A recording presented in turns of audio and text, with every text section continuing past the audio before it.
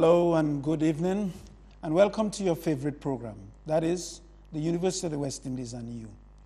And tonight we have a very special guest, and some of you would have heard her at a lecture last Thursday at Fort Young Hotel, and I think every Dominican who listened was enthused. Some of you on radio and some of you live. And we will continue with those distinguished lectures. And then, importantly, that one was Dame Mary Eugenia Charles' distinguished lecture.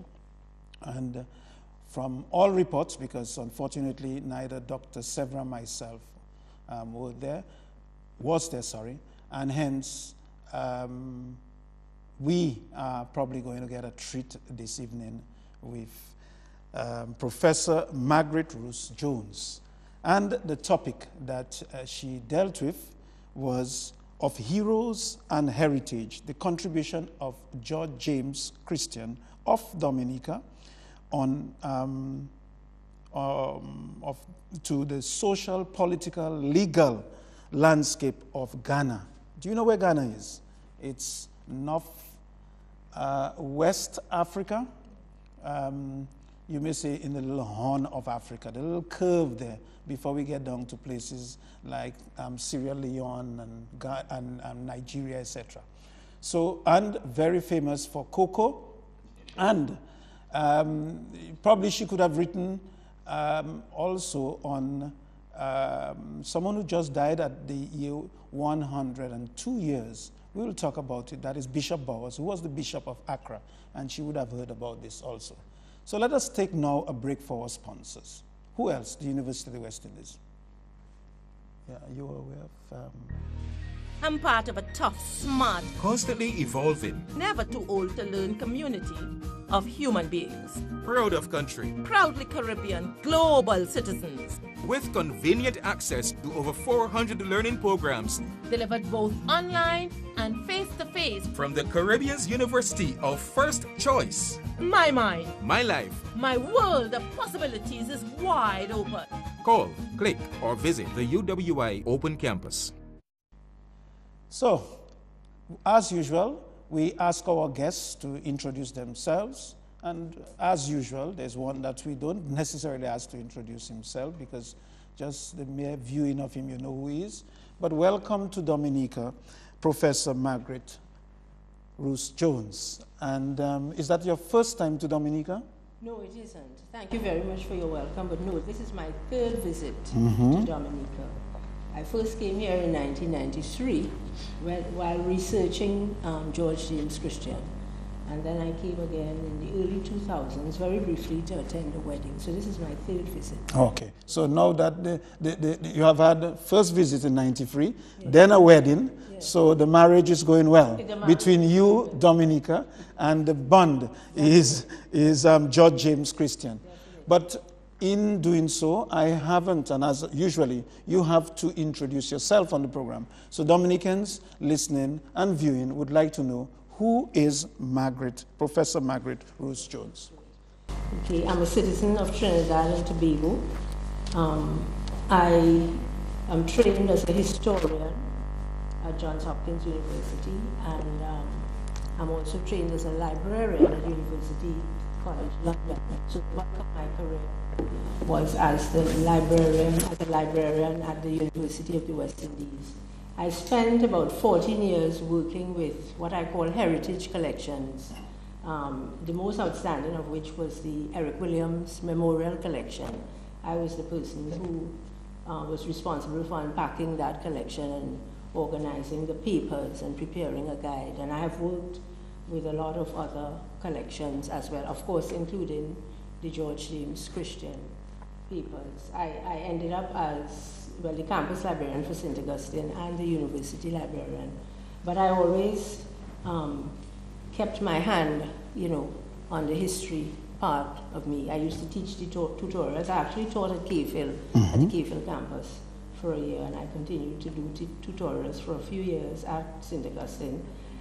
But I think the most important thing about, coming to librarianship with an academic background is that I was able to really work with postgraduate students in a serious In their way, research. giving them the benefit of my experience of having been a researcher, and also having been exposed to some of the major libraries in the world, for example, the Library of Congress, the British Library, the archives in Kew, and so on. Okay. So it was a good marriage, history and librarianship, and I really enjoyed my career. Okay. And in my retirement, I am continuing the research on George James Fisher, which I didn't have a chance to finish while I was working.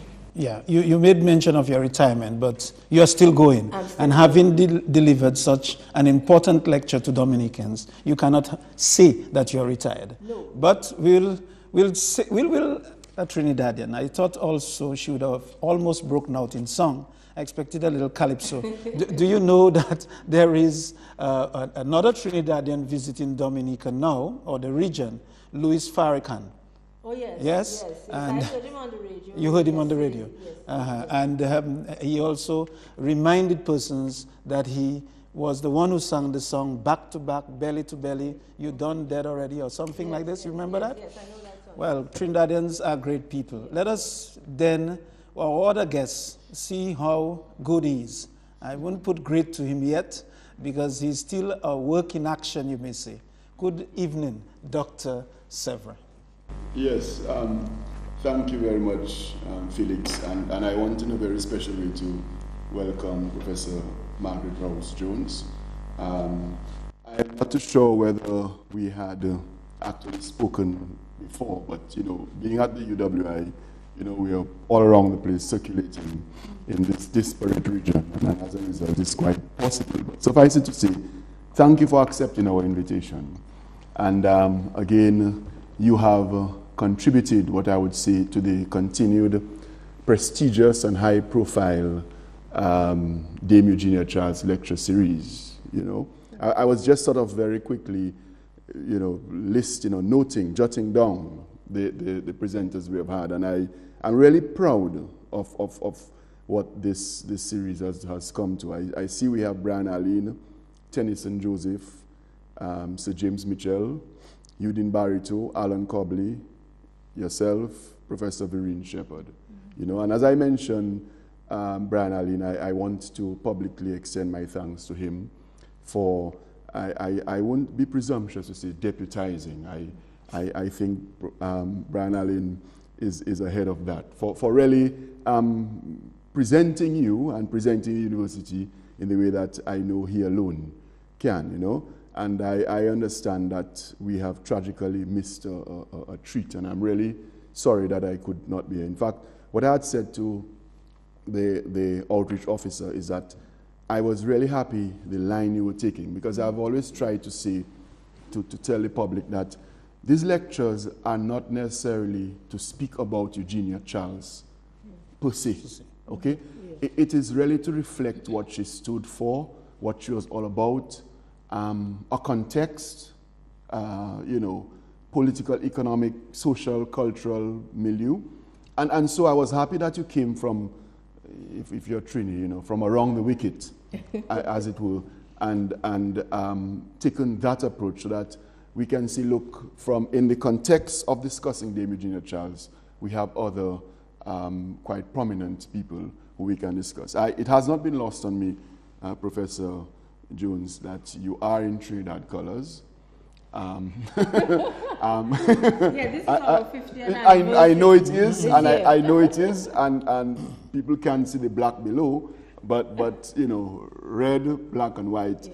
Trini to the bone. So I am not going to introduce myself, and Mr. Wilson said I'm good, and he's being kind to me, because only the Father in heaven is good, But the fact is that I'm really happy that you've been with us, and welcome, and I understand that you have friends in Dominica, and you've been seeing part of the island. Yes. Yeah. Yes.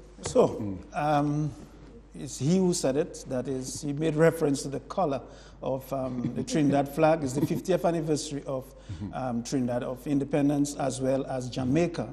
And as a proud Trini, yes, she's wearing the colors. Yeah. But I did make mention that he's good. I didn't say great. The makeup there is great. But he should have told you, or he expected you to know, that the colors he's wearing, the burnt orange, with tie to match. is that of the University of West Indies Open Campus. So we are all flying the flag. Don't tell me what I am using green and black. I probably am reflecting the greenness. But we know what the green means, but we're not going to say so. Greenness of Dominica. Have you enjoyed, in your third visit, the nature island of the Caribbean? Very much so, very much so. Yes. Yesterday I was in the sulfur bath. At Screws?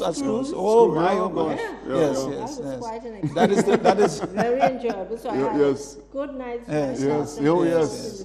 Dominicans only have a little reservation about the name Screws. How does it, I don't know, but how does it fit in, that name? But it's the place that matters. Yes. And you I feel... was very impressed. Yes, it gives well, once you've been there, you go home and you sleep like a log. Right. You do. Really, you know? Well, I always sleep like a log, and I don't go there as often as Dr. Severin. But let us now ask of you, because as Dr. Severin has apologized that he wasn't here, unfortunately, the Open Campus is going through what is called an accreditation process for the entire week last week, and he was drawn out of Dominica, somewhere in Antigua. I had to go to a symposium related to sports management, and we did ask a next of kin, you may say, if Sir Brian will allow me to say that, to be there to introduce Professor Margaret Rouse-Jones, and I know he would have done an excellent job. Now, so having not been at the lecture, we will have it recorded. I think it was brought live on Kyrie FM, and we will get a copy of this. But can you tell us what really went on at that lecture? What were the main themes of the life of this very great Dominican? Okay. By way of introduction, I just want to say that when I was asked to do the lecture, I thought to myself, well, if I'm giving a lecture in Dominica, the only thing that I can possibly speak about is George James Christian. And I might even go so far as to say that I thought maybe somebody had heard that I was doing this research and that was why I got asked. But anyway, I also tried to link the lecture to Dame Eugenia Charles. So the title of Heroes and Heritage, I started with a quotation from her, where she talked about who qualifies as heroes in Dominica, in the nation. It was a speech she was giving on the 15th anniversary, I think it was, of independence. And she talked about the Carib ancestors, she talked about the African ancestors, and she talked about the Latter-day heroes, people like Severin and so on. And then she said the fourth category she mentioned, and this was where I focused, that many Dominicans go abroad and do well on the international scene, and that we have to be proud of them and we have to see them as heroes. She cited Sir Philip Potter and Telford Georges, and I said, well, I'm presenting George James Christian in that context. He had gone to Dominica, he had gone to the Gold Coast and made a very successful life there for himself. I also like to say that my first introduction, because people ask me, well, how did you come to hear about it? Somebody asked me yesterday that I met if I was from Ghana. They just assumed that I was from Ghana. No, I met one of Christian's granddaughters when I was a student in London. When she met me and I said I was from Trinidad and Tobago, she said, oh, I have West Indian roots. And I thought that was interesting because us people of African descent in the Caribbean would like to find some roots. So here was somebody who was from Africa. So then when she told me about this Dominican-born grandfather, I said, that's a very good story. We have to work on that, follow it up. So I actually suggested that she start with some oral history interviews. And then it was in 91, she and I went to the archives in London and started to do the research. And then she subsequently told me that her grandfather had left papers, which her mother had, So the papers, she eventually thought that Trinidad was the best place to put them. And they came to UWI, and she and I started working on the biography. We started doing the research bit by bit. We began to get opportunities to present stuff, and So this was like, to me, like a climax, because finally we brought Christian back to his homeland. Because we've shared in South Africa, in the States, in Barbados, and so on. Okay, so what was his contribution? He, from a young age, he was educated at a Maico Institute in Antigua. Yes, and I think that is significant, because I think that is where he was made aware of his African heritage and of the whole business of slavery and the atrocities that the slaves had been under, and so on. And he had decided that he was going to do something about it, in his little way. So he went to England in 1899 to study law. And he left a diary of that year. That's the only diary he left in the papers, where he went around the country selling his lines and whatnot, making money for his studies. Yeah. He went abroad, he studied. Once he got to London, he got involved in the African Association. So he attended that first Pan-African conference in 1900, which was organized by Henry Sylvester Williams of Trinidad. And thereafter, on the night when he was called to the bar, he met someone from Sierra Leone who was working in Sierra Leone, and he asked him for a recommendation, and he told him, well, I would suggest the Gold Coast. If you're worth your salt, try your luck on the Gold Coast. And so off he went to the Gold Coast. He arrived in Accra, and then he moved to the town of Secondi. I don't know why he moved there, I haven't found that detail. But he established a legal practice right away, because he's in the newspapers. He got there in 1902, and in 1903, he's already in the newspapers. He had defended somebody on a murder case, and the point was that the accused there wasn't enough evidence, so he got that person off. Technicality. Technicality. The same year, there was another case where some European young men had violated, an African young woman, and that case had come to court. And he gave a long defense on the sacredness of hospitality and the fact that not because of the difference in race, must people be taken advantage of, and so on. So again, the case went in favor of the plaintiff, and so on. So in the lecture, I cited a few of the cases that he had worked on, looking at his contribution. There was one case where he made the point that he was representing some chieftains whose land was being acquired to build a harbor.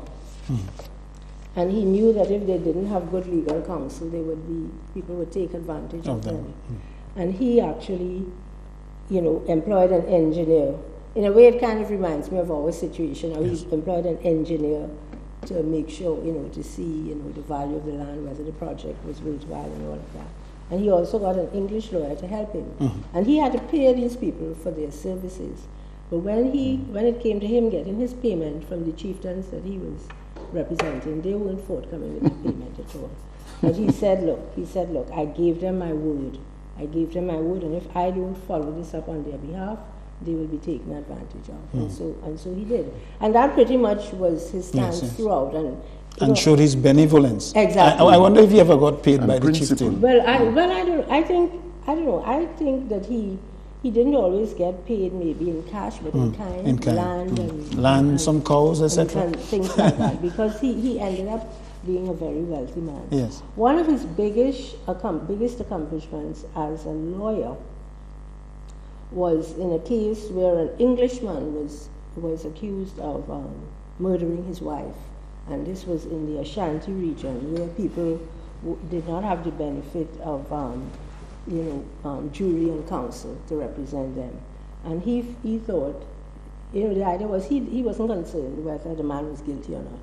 It's just that the system that was being used was antiquated and needed to be replaced. And so it went right to the Privy Council, and in the end, the conviction was overturned. And again, he was congratulated in the media. At the lecture, Dr. Honeychurch, who was there, gave a really good background explanation as to the whole workings of the Ashanti Yeah. Ordinance. So he promised to actually send me some information. So that was a Fantastic. useful spin-off Okay. of sharing the thing here. Yes. Yeah, because he knew a little bit more Yes. of that part of it than I did. Mm-hmm. So I think I may have cited one or two other legal cases showing his contribution in the legal side Side of of things. things. But that case dealing with Benjamin Knowles and the overturning of the whole legal system in the Ashanti region is one of the things with which Pinnacles of yeah, his career. Okay, so you spoke very much of his legal, Yes. and then we still have to speak of the social and the political, which yes. we will come to. Sure. I'm going to let Dr. Severin here, because I think if you began your lecture, as you did, with making some sort of link of what Dame Eugenia stood for, Yes. and what this great Dominican did in Ghana. Doc, I think that was a very strong thing, because I think Eugenia's concept, she believed in that you should never name things after living people. Because for the fear, that is one of her thoughts, the fear that while doing so, that person may fall, may do something that is not palatable, and hence it would probably disgrace whatever was named after X or Y if that person is still living. So it's not giving flowers after your death, but it would be more appropriate to name, say, a building or some monument after the person has passed. That was one of her philosophies.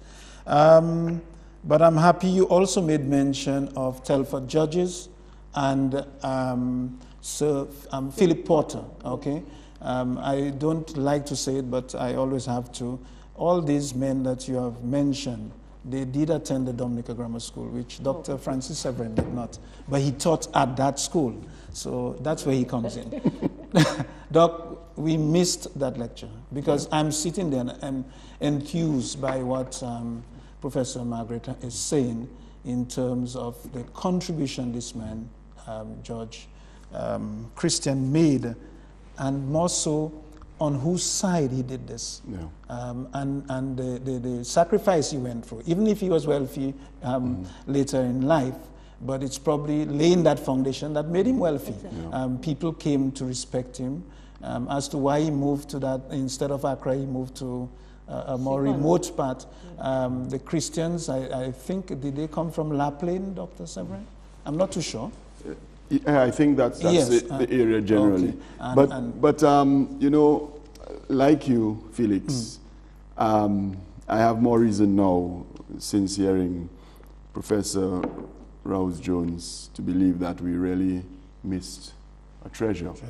As she spoke, the values of benevolence, of integrity, of honesty, commitment, consciousness really came forcibly and to standing me, on the side of the downtrodden. of the downtrodden. Yes. Now, and the question emerged in my mind whether, you know, we really shouldn't make more, having heard that lecture of this gentleman in terms of the legal fraternity. Shouldn't the Bar Association, for instance, you know, isolate those values Contributions. Yeah, that is so. Because I've often pondered, you know, and Professor Rouse-Jones, correct me if I'm wrong, even in Trinidad, I am sure there is a lot of suspicion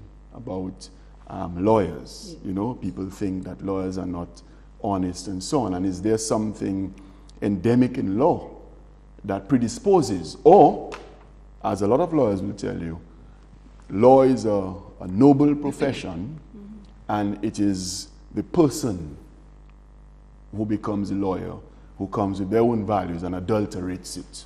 And that might be the certainly perhaps more truthful thing to say. Okay? Because here it is, this man was not money grabbing, but he became wealthy. He became wealthy. So that it seems to me that one can can embrace, and that is the moral I'm getting here, one can embrace those high ideals and still lead a decent life, yes, as in fact it is showing here. This gentleman, in spite of the fact that his clients did not want to pay him, he was committed to a cause. And it was passion. Yeah. It was passion for that cause that allowed him to endure. You know, not only that, but I'm seeing that we in Dominica, we need to raise our self-esteem when we understand the types of people who were part of us, our society, you know, of our society. Yeah. Okay, you know? Doc, I mean, you really led me to asking Professor Margaret Rouse-Jones about the concept of Heroes Day. I am aware in Barbados and Jamaica, they actually have a day set aside for their heroes. I cannot say the same for Dominica. You probably revealed to Dominicans on the Thursday night of that lecture who Judge James Christian was. Yeah. Probably, I'm hearing it for the first time. I mean, I've known of Bishop Bowers as the Bishop of Accra, and where he eventually died. But I would like to say that I would want you to comment, because you have made research on several heroes. I remember the Doc, as you said, of Trinidad, long-serving Sir Eric Williams, and probably several others. But what I'd like you to do is to comment on the necessity, or if not, of a Heroes Day, which probably Dominica now will have to contemplate and put in place, because I think that is very much needed, because there are several Dominicans, not 20, but at least I can think of at least 6 or 7 of them who have made immense contribution to the region, to the world, and to Little Dominica, and they should be honored in that way. We are and we'll be taking a little break, a commercial break, and that commercial break is usually that for the University of the West Indies. But when we return, I would very much like you to comment on that. And Dominicans, it is so very true that as of that Thursday night, this distinguished lecture of Dame Eugenia Charles, you heard for the first time someone else who have made immense contribution, and is not recognized, is not known. Our young people will never know of the history if it was not revealed at this distinguished lecture, and we should not leave it hanging. We should invest in it, and so as to motivate other Dominicans and other Caribbean people to excel to that level of greatness that is so much needed in our historical development for posterity, you may say, and for further development. Let's take a break for sponsors. I'm part of a tough, smart, Constantly evolving, never too old to learn community of human beings. proud of country, Proudly Caribbean, global citizens. with convenient access to over 400 learning programs Delivered both online and face-to-face. from the Caribbean's University of First Choice. My mind, My life. my world of possibilities is wide open.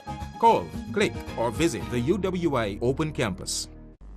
Yeah, so Professor Margaret, your comments on Heroes Day, I mean, I limited it to a day, but recognition really of our heroes. Yes. Okay, in the lecture, I also cited another columnist in the Jamaican Observer who said, who talked about the whole business of heroes as being people who have made a contribution which must be understood within the context of their time, and so I thought that was the point about Christian. And but the other point that goes with that is that you have to have information. Yes. And Christian left papers. That's how we know about him. If he didn't, nobody would know about him. Nobody would know that he had made this really valid contribution. So that is an issue too. And then in the lecture, I ended on the note of the fact that in the Caribbean, we are emerging societies, and we need people to live. We can look up to. Yes, we need, as Dame Eugenia made the point. Okay, not everybody made a contribution here, but there are Dominicans and people out from the Caribbean who go out and do well on the world scene, and it gives the society something that we can be proud of. I think in Jamaica they have a Heroes Day. We don't in Trinidad and Tobago. No, you don't. But in Barbados also. Right, Barbados. In fact, the heroes of Barbados, if you look well, are on the busk are on different roundabouts on the main highway. Yes, that's correct. Main highway, yes. That's correct. So and there's a hero circle in Jamaica. Jamaica, yes, right, yes. So I think it is important, in the context of national identity and nation building, pride, to really recognize our heroes.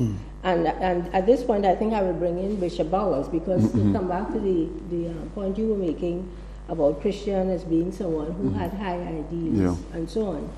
Now, there was a very interesting link between George James Christian and Bishop Bowers, which people did not know about, and which I shared in the lecture, which is, at the Michael Institution, George James Christian's roommate was Sheriff Bowers, who's Bishop Bowers' father. Yes. And so Bishop Bowers, as a young boy, had met Christian, right? And he knew his son, Peter. Yeah. Now, when he went to the Gold Coast, Bishop Bowers went to the Gold Coast in 1940, and he arrived there a couple of months before Christian died. And he had heard that Christian was ill, and he wrote him a letter. It was Easter. He sent him an Easter greeting. He said, I heard you weren't well. I knew your son, my father, and you were roommates, and you always told me about you. I hope you would feel better. Here's wishing you the blessings of the Easter, blah, blah, blah. And Christian replied to him, but the letter was found on his desk when he died, because Bishop Bowers wrote in March, Christian replied in April, and he never mailed the letter to Bowers. So Bowers never received the letter, but it was there in the papers. You see, and he told me this, because I met Bishop Bowers. Anyway, in that letter, Christian makes the point. He said, fancy two Dominicans meeting here in the Gold Coast. You have come to minister to the souls of people, and I am here to plead on the seat of mercy on their behalf, because they have always been taken advantage of, blah, blah, blah, blah, blah, blah. So that, in a way, speaks to your point about the ideals of lawyers.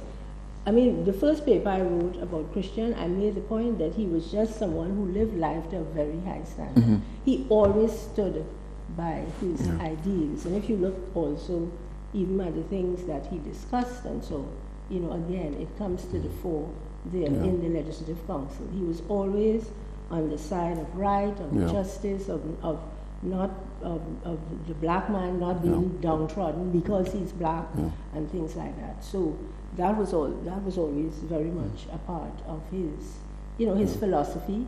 And I think the reason why he went back to Africa.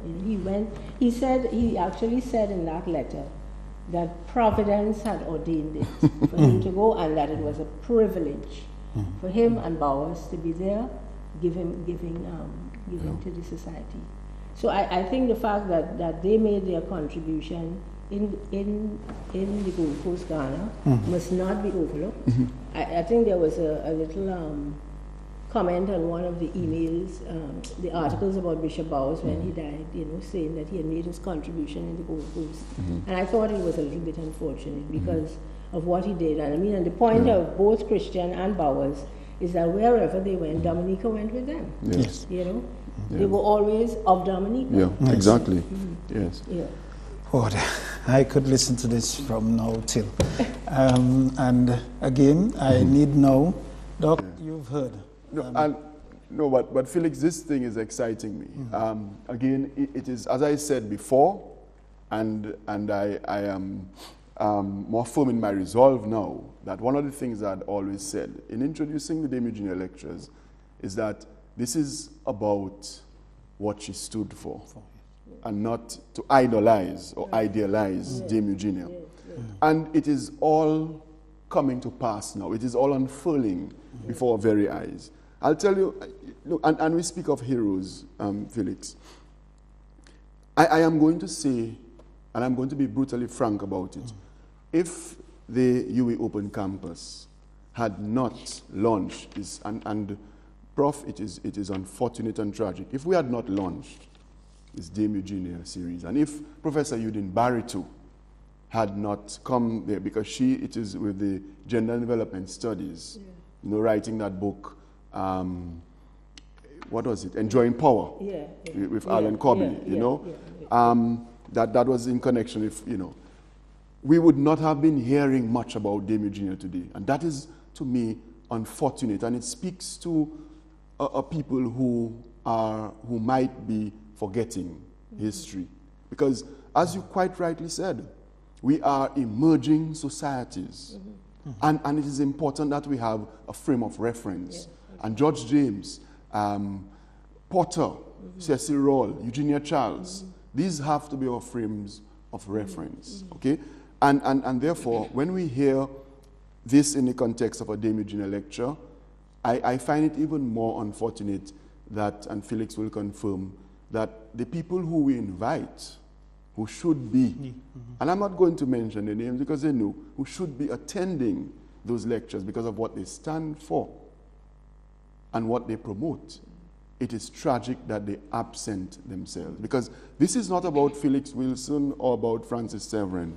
This is about Dominica. This is about, and I will use that term again, especially emerging just recently. In fact, a month ago, we celebrated our independence. And this is what is important, our self-esteem. And we cannot have self-esteem unless, and I heard Louis Farrakhan speak of it, that we know what we were capable of in the past, to know what we can do again. All right? And this is the whole idea of these lectures. And really, I feel very proud that the UWI Open Campus is leading the way. In fact, that's all part of our strategic plan, intellectual leadership. Sometimes, Professor, and you have experience of that in Trinidad, although it's a bigger society and less so in terms of what happens. It doesn't rub the powers that be the right way, what we say sometimes, but we know we have to say it because intellectual freedom, intellectual leadership, this is our remit. And if I don't do it, if Felix doesn't do it, then who else? If the university doesn't do it, then really we would have failed our people. And that, to me, is a boon that comes out of lectures of that nature. And I want to thank you again, Prof, for really taking that turn, because I didn't know about this gentleman. I didn't know about this gentleman. And Felix probably can draw the more contemporary instances of this gentleman, because you know Christian is part of that family. Great, that is Gabriel Christian. Exactly. Samuel Christian. Exactly. Pearl Christian, which is another leg. Exactly. Yes. Doc, you hit on one note which would lead me to ask Professor Margaret about the social, which would add to the legal. Apart from being in the courts and defending people, those who were defenseless, you may say, we would like to know about his social and political life.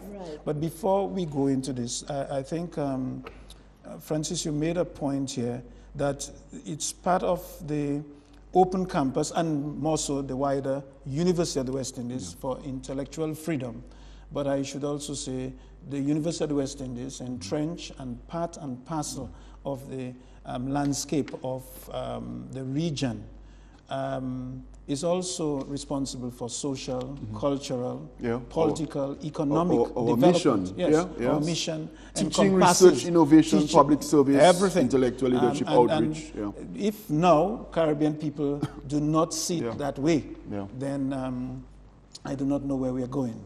I also followed your background, Professor Margaret. That is, you were educated in England, as you said, but your whole working life has been with the University of the West Indies. So wherever you were educated, but the contribution as a Caribbean person is being made, and significantly so, in the Caribbean. So tell us, what did you have to say about his social and political life? Okay, I'll touch on the political first. He became, as you know, alongside with his legal career, he got involved in politics, and he put himself up for the town of Secondi in the Legislative Council elections when it became available, the first couple of times he was defeated, but then the person he was going up against was very prominent. Okay. You know, they said there was no way that he could win. So he persisted. And probably, and he was Ghanaian. Right, yeah, that person was Ghanaian, yes. right? It was funny because he had his slogan said he was Christian in attitude, Christian in ideals, so and so. And Christian in name. Exactly. You know, vote for me, so and Vote, so. yes. But that he lost. But after that person died, the Secondi Municipal Council Association, they approached him and presented him as their nominee. So he won the next time, and then he won on two successive terms, and he actually served in the Legislative Council until he died. Wow. And then what I then did in the lecture, I looked at some of the topics that he raised, you know, the things. So there was perseverance in him. Exactly. He didn't give up. He didn't give up. Yes. Exactly. Another value. Yes. And I suppose because he knew he had a mission. He was a man with a mission. Yes. Right? And he figured that this was another way in which he could impact this. Was he conservative in his view or liberal? No, he was very revolutionary. He was opposed to, you know, there were lots of injustices. The fact that, you know, the health facilities, for example, for the Europeans were much better than for the Africans. So that was something he raised and opposed. The fact that teachers didn't get the best salaries, and again, local teachers as opposed to the European ones. Yes. And he said, you know, you have to give the local teachers, you know, a good salary too, so because they are part of the society, so that they would be committed, you know, to giving the best. He talked about, there was even a point where he talked about they were building a new bridge in a certain area. He had lobbied for it, and then a few years later, it was approved. And the engineer who was on the job, he raised the point about who was going to undertake the job, because he cited an example of a case in Dominica where it was an English person working as an engineer had designed and built this bridge, and before the bridge was opened, it washed away. and the engineer fled Dominica, and he turned up as the chief engineer in the Gold Coast Railway. So Christian was so he is aware of this engineer. Yes, and he said we have to be sure that we get the best brains to do the work. You know. Now in the lecture, you know, I found that was funny because you know you have to introduce things to give the audience some light. Really. But Dr. Honeychurch was able to say it was the Bath Bridge. In Dominica, and I think it's something that is known. You know that this bridge had been built and Bath Bridge, is that Bath Estate? Yes. Yes, right in Roseau. Yes. But then it leads to, I mean, I really want to listen to you, but even modern day, sometimes we have engineers coming from overseas, and the local people would say to them, this may seem as a dry river bed, but if you do not make it in such a way, it will be washed away. And I remember at Taru, when the West Coast Road was being built, etc., or surface or what have you, they had built a bridge, a sort of temporary bridge at the dry river bed. And when the floods came, when the rain came, it got washed away.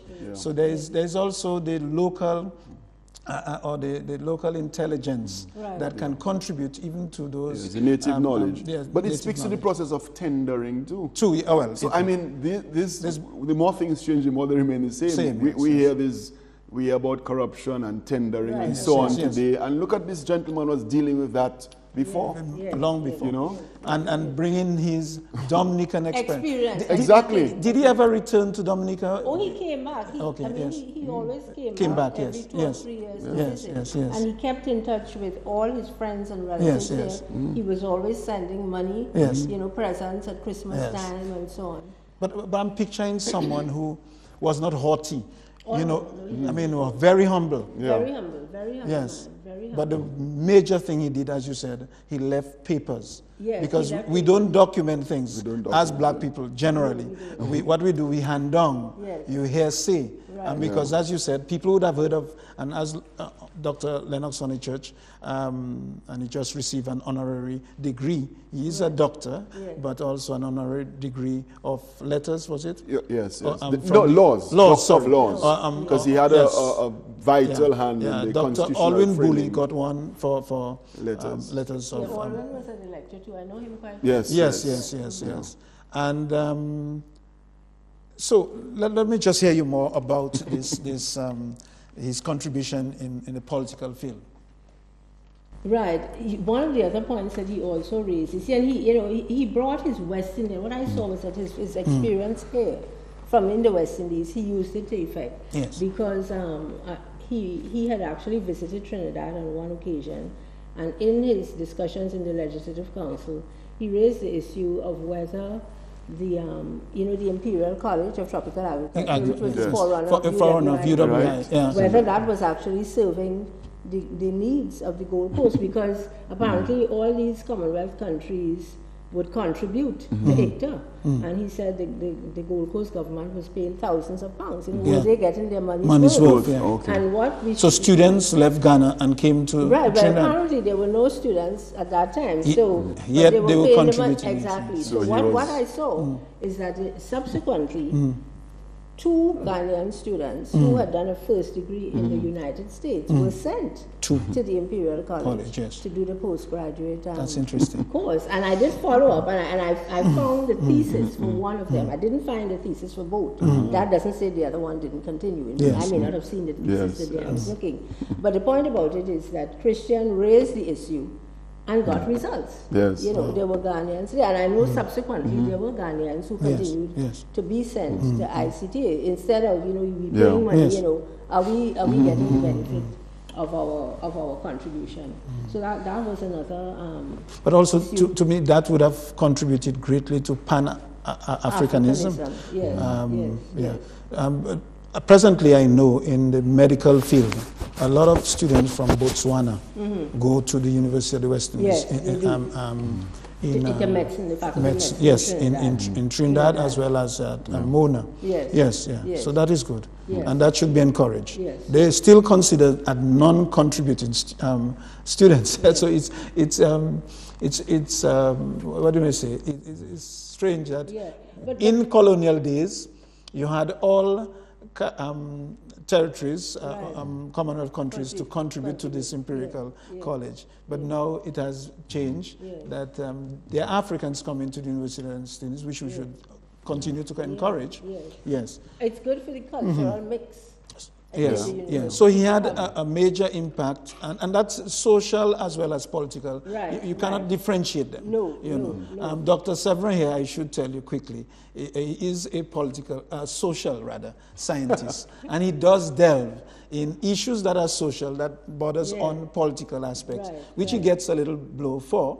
But he's like Christian, very strong and committed, and if you're doing well, and focused for the well-being of Dominicans and the Caribbean, continue to do so. Okay. Yes. He was also, in terms of his social life, apart from the politics, he got involved in every possible thing in society. He was the president of the Red Cross Society. Wow. He was involved. He was the patron of the African native herbalists in the Gold Coast. He was anything for raising funds. He was a great philanthropist. For example, there was a big earthquake. Yes. He organized a relief fund. He gave a donation. He encouraged the other West Indians to do that.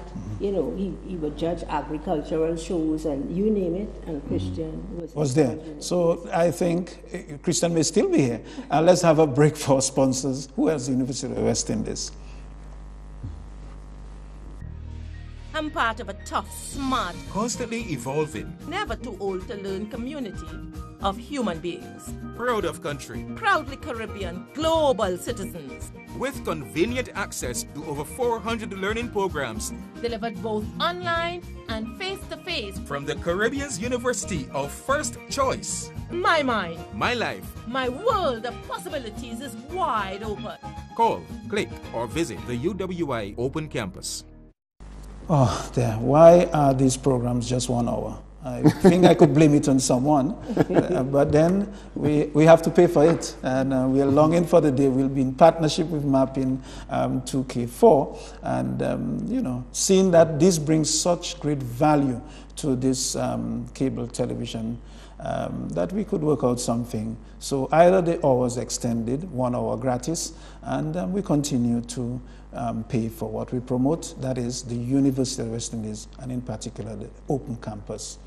Yes, we've heard about his political life, his legal life, social. Well, there's so much more to be said, but one thing I like, Dr. Severin, about historians, like Professor Margaret Rouse-Jones here, is they speak voluminously. It just flows. Having done the research, having documented it, it just flows. She could talk almost for the entire day. That's the passion for what they do. So what I need to do is, in the remaining time that we have, which is very short, is to ask Dr. Francis Severin to say a thing. But I want to close with you telling us about the man himself, his family. I know you said he sent monies to Dominica. He probably started the whole concept of what is it called when monies are sent to remittances. Remittances. And then the burial thing. Yes, and the burial thing. You'll tell us a little more. But Doc, in about a minute or so. Yeah, but I wouldn't want to intrude on that time because I need the education. Yes, myself, I just want to thank Professor Margaret Rouse-Jones for coming, and I think she'll have to come again because this story sounds very interesting. And I want to reiterate here that these lectures are really for education. But my whole mission really, Prof, is to build the self-esteem of my people through education and other means, but being aware of yourself and who you are, and so that no one can ride roughshod over you. And that's what it's all about. So back to the education. Okay, right. I talked about his family life. He built a house, which this is important to say, in Secondi, which he called Dominica House. Wow. And he bought a house for his son Peter. Yes. In Roseau, and that was called Secondi House. So that's Secondi. Yes, made the link. Yes, it makes the link. That was right. Now, he had several children in the Gold Coast, and he educated all of them. He had also had 3 in Dominica, and they were all educated in England. At that point in the lecture, I introduced a comparison too between him and Dame Eugenia's family, because I saw some similarities. Although Dame Eugenia's father wasn't educated to the extent that he was, they both saw the importance of education for their children, and they both ended up with 2 doctors, and Christian had 2 lawyers among his children. He had 1, and they both sort of had the same kind of enterprising spirit. Yes. And I told a little story, which I'll share, that Christian used to go about on bicycle, horseback, or by boat when he was selling his limes. Well, Dame Eugenia's father, JB, also was involved in selling limes and that sort of thing. Yes. And then he said there were 3 bicycles in Dominica.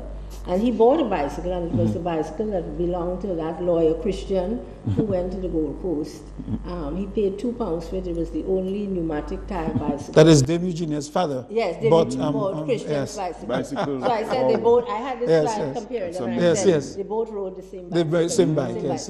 Right. But the interesting thing, is that the similarities also went down to the next generation. Yes. Because Christians had a daughter, Essie Foster. She's the one who kept the papers, and she was a contemporary of Dame Eugenia.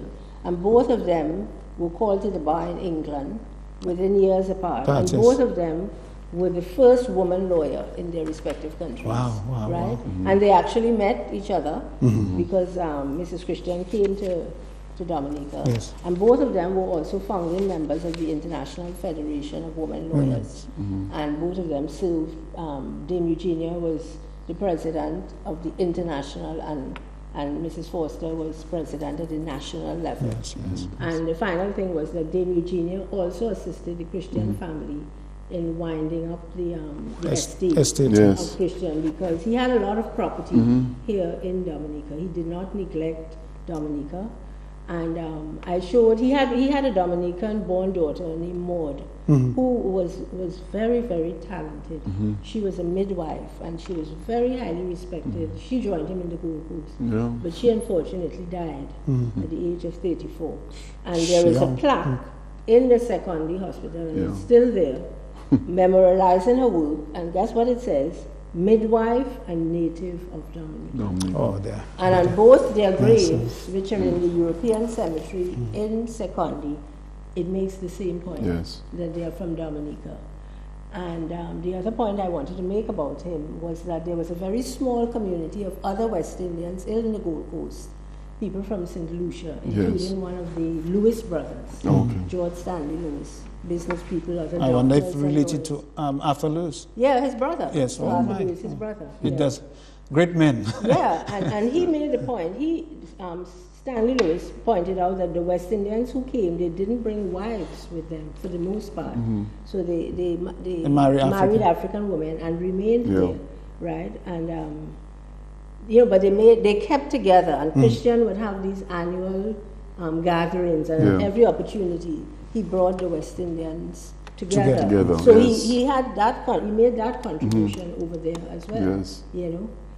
As Dame Eugenia said, we belong to each other. We are kith and kin. Kith and kin. Right. So he continued with that in Dominica. Right. So in winding up, I mean, what I concluded was that he could be seen as a Pan-Africanist in the general sense, because that term has many layers of definition, and I don't want to go into it. But he was knowledgeable about Africa. He fulfilled his desire to return there, and he made a contribution, which we know about because he had a sense of heritage. He had a sense of heritage, right? And he was a West Indian patriot. He went there. He kept Dominica alive over there. He didn't give up his family and his roots here.